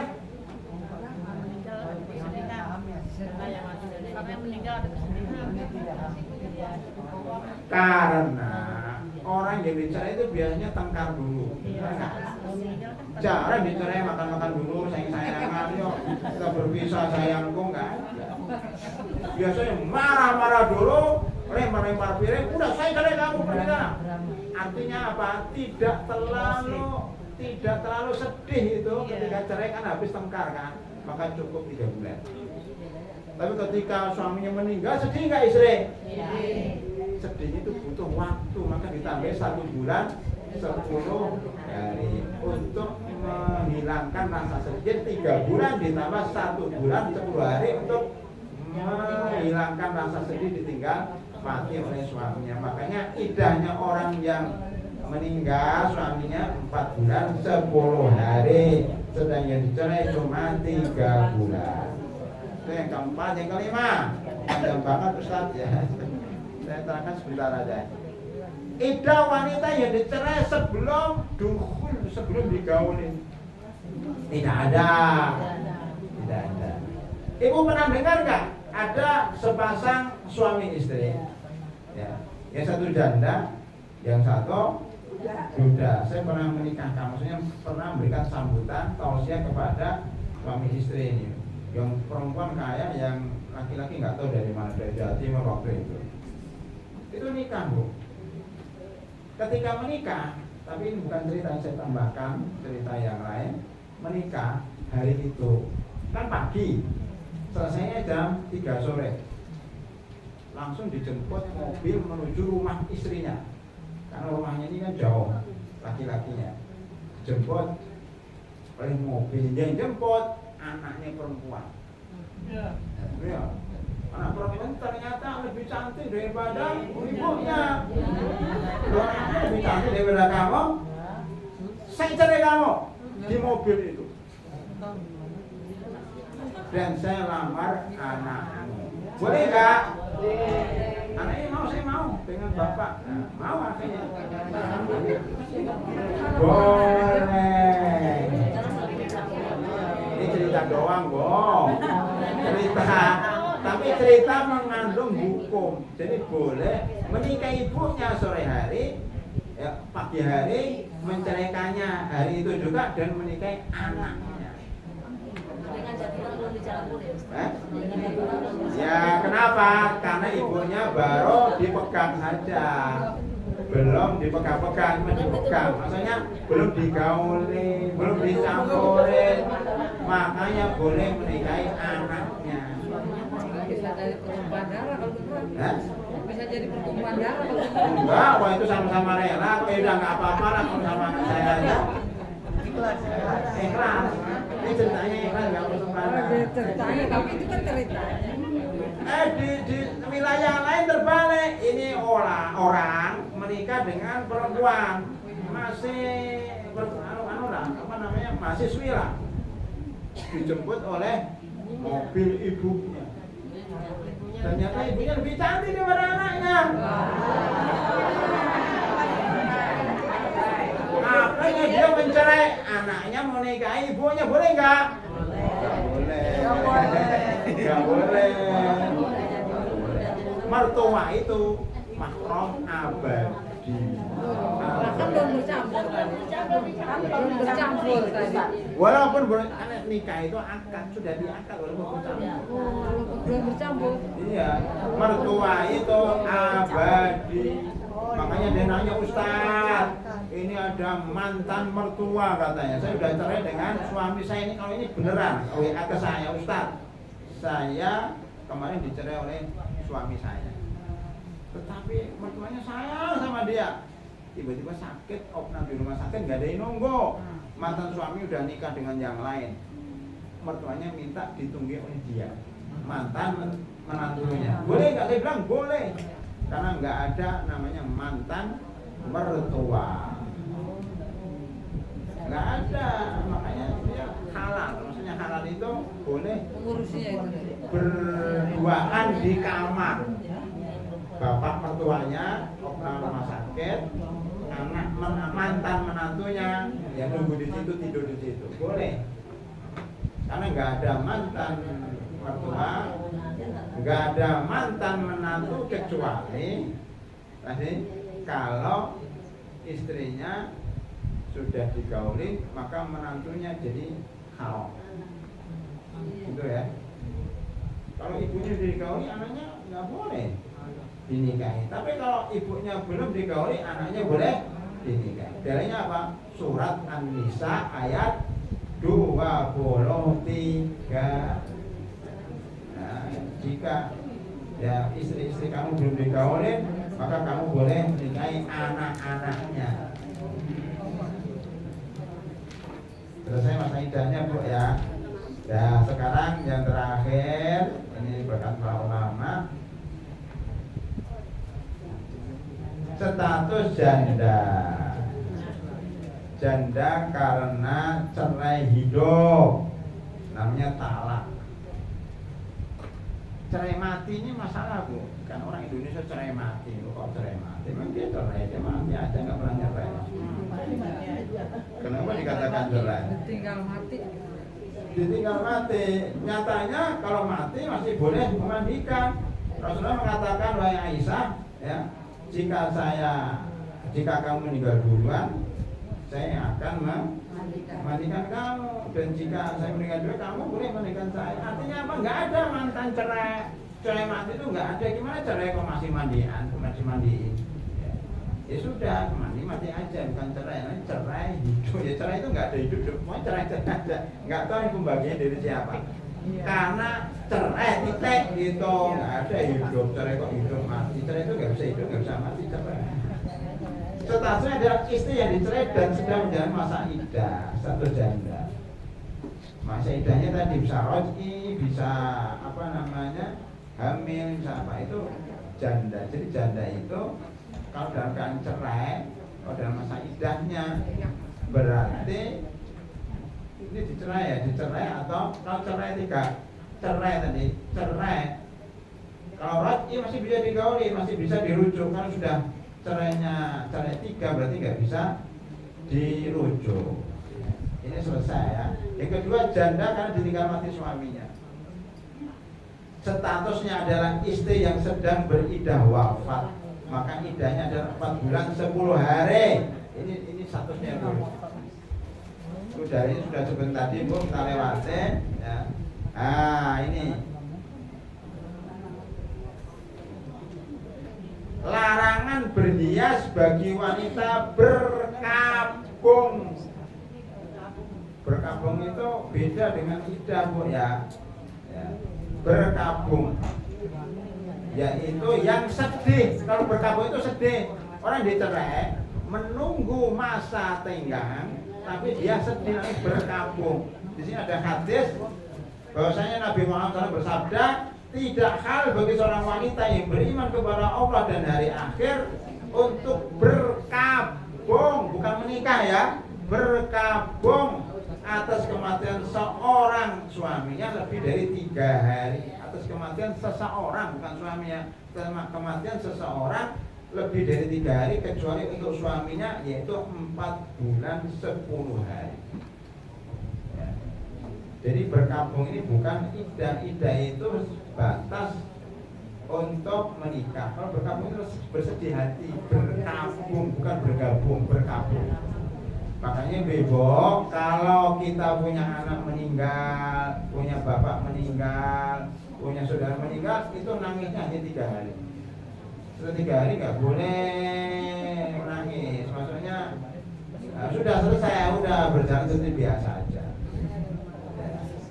Jadi boleh keluar, boleh apa. Tapi kalau suaminya meninggal dunia, itu batasnya 4 bulan 10 hari menangis, sedih, nggak berias, tidak keluar tuh 4 bulan 10 hari. Bisa dibedakan kok ya. Jadi namanya berkabung. Namanya antahidda pakai H, bukan pakai antahidda. Baik, yang ketiga pertanyaan, apakah janda tidak boleh keluar rumah secara mutlak? Boleh jalan-jalan ke Garut atau tidak? Para ulama sepakat bahwa wanita beriddah wafat harus tinggal di rumah suaminya sampai selesai iddahnya 4 bulan 10 hari tinggal di rumah suaminya. Namun bukan berarti terkurung total. Ya, ia boleh keluar bila ada hajat atau keperluan mendesak seperti belanja kebutuhan sehari-hari karena dia nggak punya saudara, nggak punya anak, maka dia beli beras. Karena dia PNS berarti dia kerja. Di PNS tuh udah suaminya meninggal dunia sudah nggak sedih, dia kerja lagi. Ya, tidak apa-apa, tapi beli kerja nggak boleh mampir, harus pulang. Kerjanya pakai masker. Iya, cadar, masker ya, itu disiapkan tidak sekarang kok. Nanti kalau ditinggal mati suaminya langsung bercadar, bermasker selama 4 bulan 10 hari, nggak boleh dibuka itu. Ya, apalagi musim COVID. Ya ke kantor, ke pengajian, kemana itu bercadar, kemudian pakai masker. Kenapa? Supaya tidak dilamar oleh laki-laki. Nggak boleh dandan. Mandi boleh nggak? Boleh.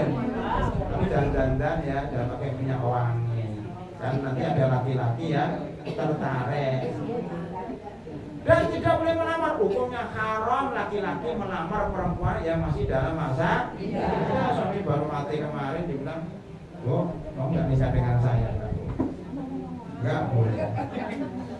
Tetapi kalau sindiran boleh. Ibu kok cantik banget, boleh nggak? Boleh, kan cuma bilang cantik, belum tentu menikahi kan? Jadi padahal maunya saya mau melamar kamu kalau sudah selesai masa tidak di booking dulu. Kan dia bilang cantik tiap hari, cantik, oh mungkin mau dengan saya. Jadi boleh Bu ya. Ya. Ini dilihat dalilnya apa? Dalilnya adalah hadis Jabir radhiyallahu anhu. Tanteku ditalak. Tante itu apa? Bibi dari ibu. Tante dari ibu. Kalau dari suami namanya amma. Kalau di Indonesia sama aja, mau dari ibu, dari bapak sama dengan tante. Kurang detail Islam. Islam itu dibedakan antara ini saudara ibu, saudara bapak. Saudara bapak amma, saudara ibu kholah. Tanteku dicerai, lalu ia ingin keluar untuk memetik kurmanya, kan di rumah nggak ada makanan. Ya. Seorang laki-laki melarang, jangan, kamu lagi masa iddah. Lalu dia lapor curhat kepada Nabi Muhammad Sallallahu Alaihi Wasallam, ya. Maka beliau bersabda, boleh, petiklah kurmamu, semoga engkau bersedekah atau melakukan kebaikan dengan kurma itu. Jadi boleh, Bu. Kalau darurat itu Bu ya. Jadi boleh ke Garut kalau darurat. Memang ada yang baru meninggal suaminya mau ke Garut, atau ke Garutnya diundur 4 bulan 10 hari lagi. Tapi kakak udah bayar mobilnya. Ya kan 4 bulan lagi. Jadi nggak boleh tak? Jangan katakan apa? Baru saja katakan boleh. Tapi kan nggak darurat kan judulnya. Ya tergantung, menurut ibu itu darurat atau tidak. Darurat tergantung. Ustaz darurat, Ustaz kalau saya nggak ikut Garut saya pingsan. Udah bayar. Kan nggak pingsan, jadi nggak Ya, darurat. Jadi nggak darurat. Kan tergantung.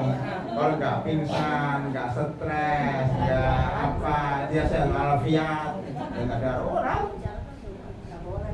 Kalau tadi, Kalau menghibur diri, nah kan saya bilang apa? Kalau stres kan? nah ini kan malah jadi senang. Gitu. Kan saya bilang apa? Kalau stres masuk rumah sakit. Nah, Nah, makanya boleh dah pergi jalan-jalan. Jadi boleh tadi. Tergantung dia itu stres atau tidak. Kalau nggak ikut tanyakan, ibu kalau nggak ikut gimana? Saya stres. Stres sudah bayar.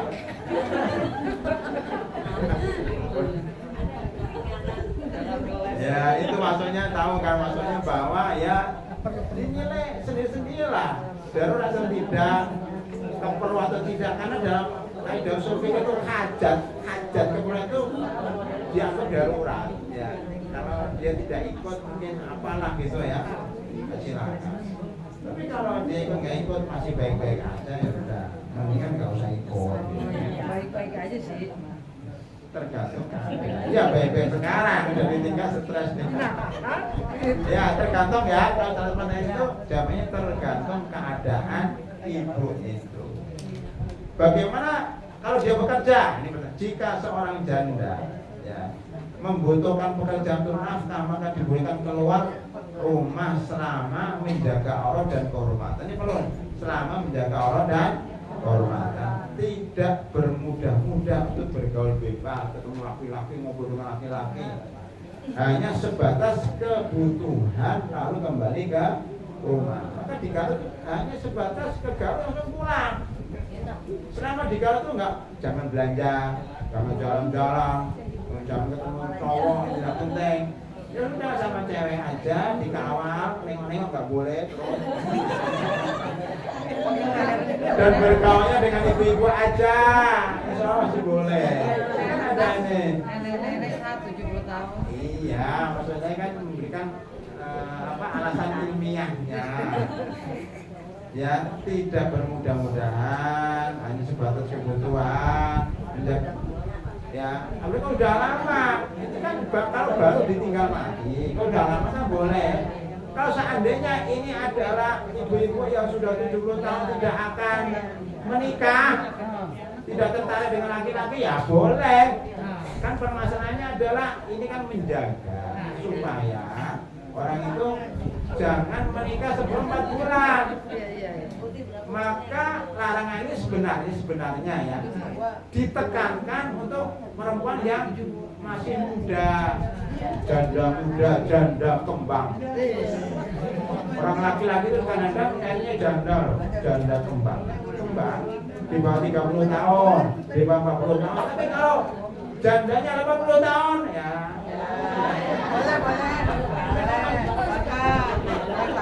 jangankan begitu, bukan orang dikit aja boleh. Maksudnya orangnya tidak ketat-ketat banget ya. Itu dalam surah An-Nur disebutkan ya.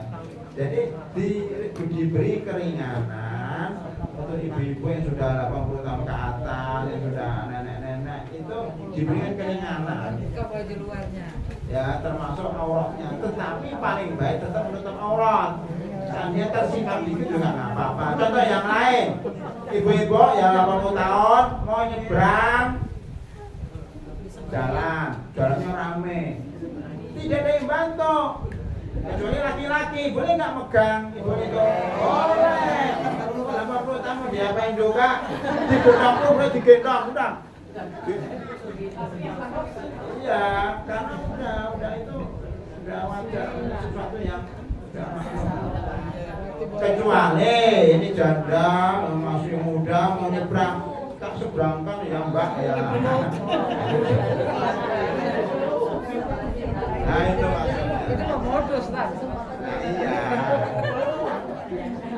Kelima, boleh nggak pergi menghadiri pengajian?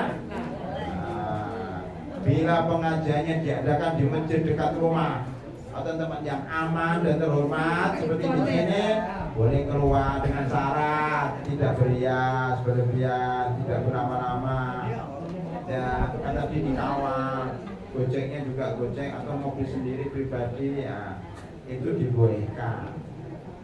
Tetapi sebagian ulama menganjurkan beribadah di rumah, ikut lewat online, live, buka YouTube di rumah. Sekarang zaman dulu dengan zaman sekarang beda. Kan ke pengajian lo kan bisa di YouTube. Ya, umpamanya seperti itu, walaupun memang beda. Di YouTube dengan langsung hadir langsung kan semangat.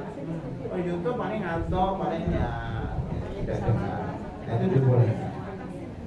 Itu ya ringkasannya. Ibu ada pertanyaan, Bu?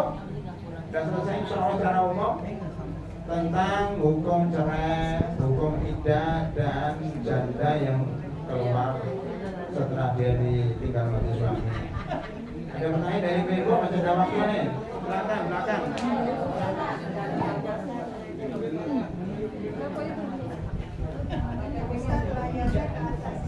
Ya.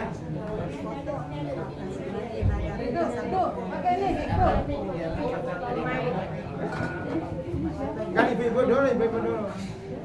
Assalamualaikum warahmatullahi wabarakatuh. Waalaikumsalam warahmatullahi wabarakatuh. Saya menanya, ada mantu saya, maafin ya, dia berzina dengan orang lain, tapi saya tegur nggak boleh. Terus dia lapatnya mau cerai anak saya, apa itu dosa atau tidak? Ustaz. Berzina dengan orang lain. Dia pulang ke rumah, saya nasihatin, jadi saya mau cerai anak kamu, udah 3 kali ngomong, itu hukumnya bagaimana Pak Ustaz? Saya nanya. Oh, saya mau cerai anak. Iya. Atau apa tadi? Ya mau cerai istri ya tadi berselingkuh itu ya. Iya, suaminya berselingkuh. Oh, suaminya. Iya, suaminya. Suaminya. Mabok, terus dia selingkuh, apa hukum Islam kan dilarang kan? Ya. Hamar itu namanya hamar. Homer. Iya. Itu apa boleh atau tidak Ustaz? Ya, Assalamualaikum baik. warahmatullahi wabarakatuh. Waalaikumsalam warahmatullahi wabarakatuh. Bu, yang berhak mencerai adalah laki-laki. Bagaimana laki-laki yang selingkuh? Boleh nggak istri mencerai suaminya? Nggak bisa. Bisanya hanya apa? Menggugat cerai. Kalau punya akte pernikahan, gugatlah ke pengadilan agama. Mengajukan gugatan cerai untuk suami kalau suami telah terbukti secara nyata bahwa dia selingkuh dan mabuk-mabukan. Saya tidak bisa hidup bersama suami yang berzina dan mabukan, maka diajukan cerai, gugatan cerai. Maka pengadilan memutuskan diterima gugatan cerainya, maka sah perceraiannya. Yang ceraikan biasanya pengadilan, Bu. Tapi istri mengajukan gugatan cerai. Tapi kalau suaminya nggak terima, sulit. Ya, saya nggak mau cerai kamu, nggak bisa, kecuali pengadilan yang menceraikannya secara paksa.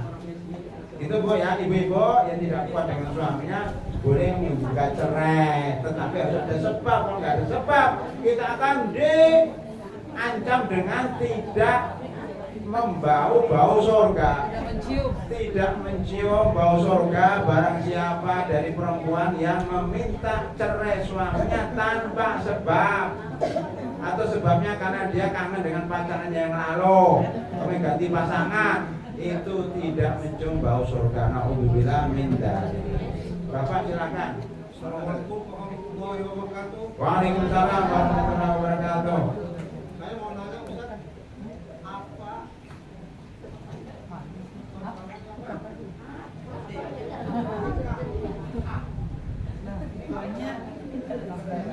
Mut'ah. Oh, apa itu nikah mut'ah? Ya, itu aja. Ya, nikah mut'ah, Bapak dan Ibu, adalah nikah hanya bersenang-senang saja. Nikah kontrak pakai batasan waktu. Saya ngontrak rumah 1 tahun. Jadi wanita itu dianggap kayak rumah. Saya menikahi kamu 1 tahun. Saya menikahi kamu 1 bulan.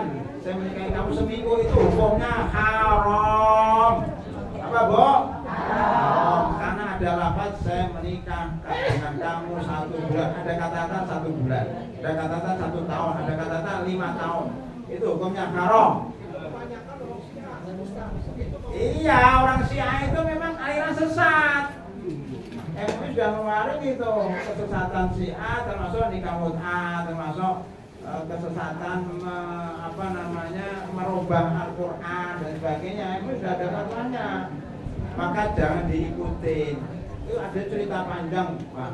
Ada di daerah Surakarta itu, ibu-ibu pakai jilbab besar kayak gini. Ya, pakai jilbab besar kayak datang ke dokter. Dokter kelamin. Setelah dicek, ternyata dia kena sifilis itu ya, kena penyakit kelamin. Ditanya, ibu kenapa kok terkena penyakit ini? Apakah ibu pernah nikah kontrak? Pernah, Pak Dokter. Ya nggak boleh, masa nggak boleh sih?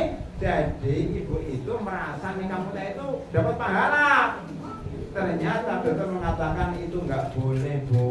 Ya, menurut ajaran Islam Ahlussunnah wal Jamaah nikah muda itu haram, menyebabkan penyakit menular yang lainnya. Itulah pasien terakhir dari Pak Dokter itu ya. Dia ibu-ibu yang beragama, ikut pengajian, tapi salah ngikuti pengajian. Dia masuk pengajian Syiah, dia boleh kamu. Jadi itu haram, Bu ya. Anak-anak kita yang kadang-kadang terpengaruh. Itu ya, jadi haram mut'ah. Tetapi ibu, ada yang menikah namanya nikah kilat. Tetapi tidak disebut. Begini, saya menikah dengan kamu. Udah gitu aja, atau saya nikahkan anak saya dengan kamu, udah. Tetapi dia mencarikan setelah 1 bulan, dia mencarikan setelah 1 tahun, boleh nggak itu?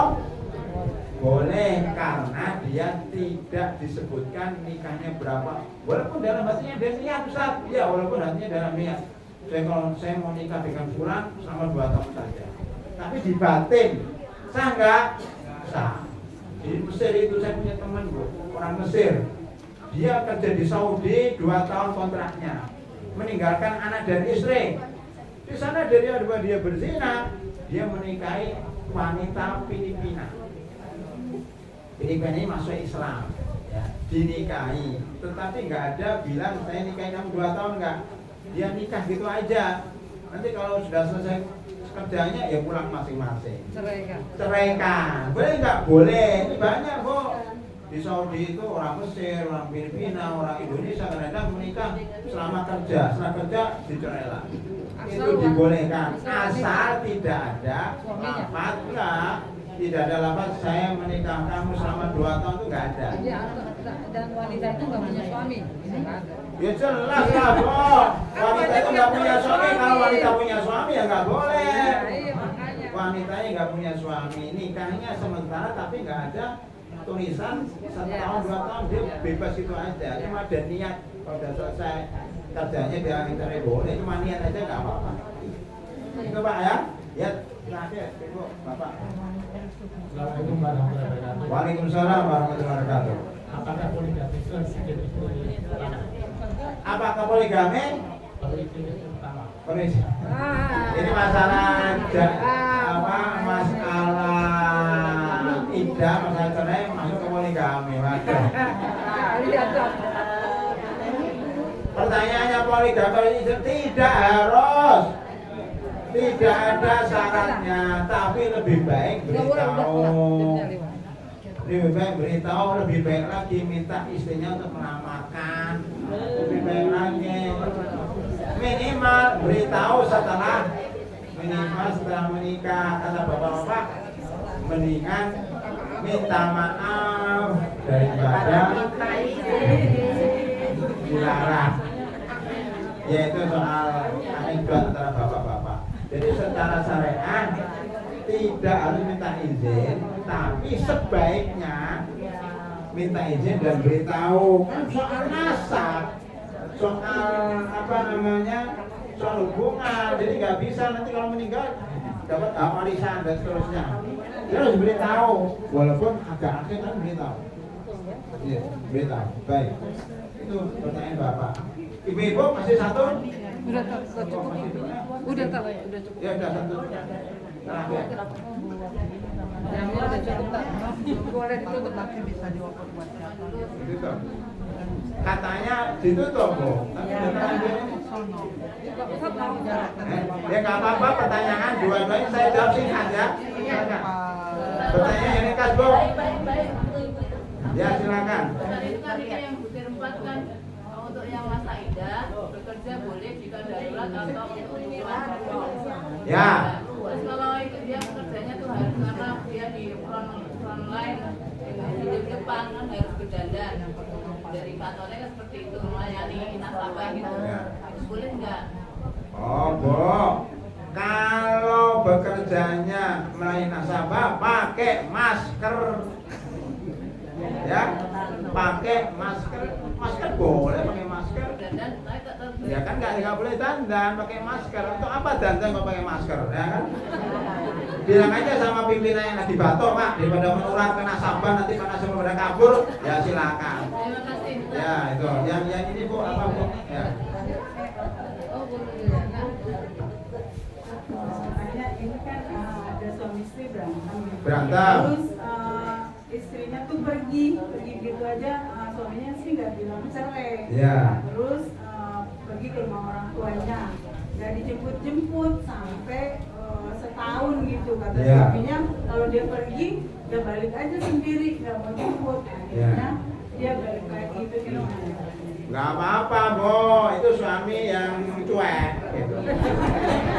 Pergi aja, gue pikirin. Itu pasti yang kasihan istrinya, makanya istri nggak usah pergi-pergi. Kalau pergi ya suami ya bercerai. Ya nikah lagi mungkin. Nikah lagi, makanya yang kasihan istrinya. Dan boleh, artinya masih sah. Karena suaminya belum mencerai. Ya salah kan istrinya, kabur, dia dosa. Selama 1 tahun itu dia berdosa. Walaupun dalam jangka waktu setahun. Walaupun 10 tahun, walaupun 20 tahun, selama suaminya tidak menceraikan, maka masih istrinya. Loh, diberi nafkah enggak? Loh, oh dia pergi kok diberi nafkah, yang salah istrinya. Maka istrinya yang tahu ikut pengajian wajib balik lagi. Istrinya kan udah menikah kayaknya gitu. Jadi dia pergi. Terus kalau misalkan dia tidak diberikan nafkah lahir batin dalam jangka waktu yang lama, terus apakah misalkan istrinya tiba-tiba menggugat cerai, tetap boleh apa enggak gitu? Makanya kalau kepengen jelas gugat cerai. Layangkan tulisan itu, minimal tulisan. Mohon maaf Mas, saya mulai hari ini ingin pisah dengan dirimu. Ini saya kembalikan seluruh maharnya. Iya. Nanti suaminya tanda tangan setuju, sah. Dia gugatan cerai walaupun nggak usah ke pengadilan.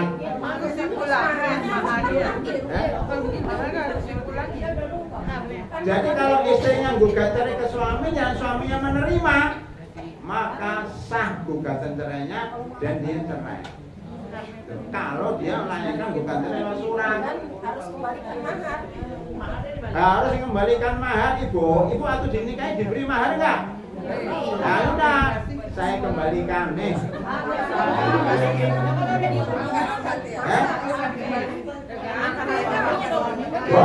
Bukan mesti mahar, ini kan uang. Mana udah habis, ya ganti uang 100.000 nih, saya punya 100.000, ya sudah, suami terima. Boleh nggak 50.000? Boleh, selama suaminya nggak terima. Tidak mesti mahar. Supaya cepat, bukan 200 juta pasti diterimanya. Yang penting istri menebus dengan sejumlah uang, boleh 50.000, 100.000, 2 juta, 30 juta, tergantung kesepakatan berdua. Tapi jangan pulang terus diam-diam aja kayak gitu. Harus beritahu, saya udah nggak betah dengan saya gugat cerai. Suami setuju, oke. Kalau suami nggak setuju nggak cerai. Itu ibu-ibu ya. Saya kira cukup sekian. Nanti kalau menanya di Garut. Demikian, lebih kurangnya mohon maaf. Itu dengan doa kafaratul majlis. Subhanallah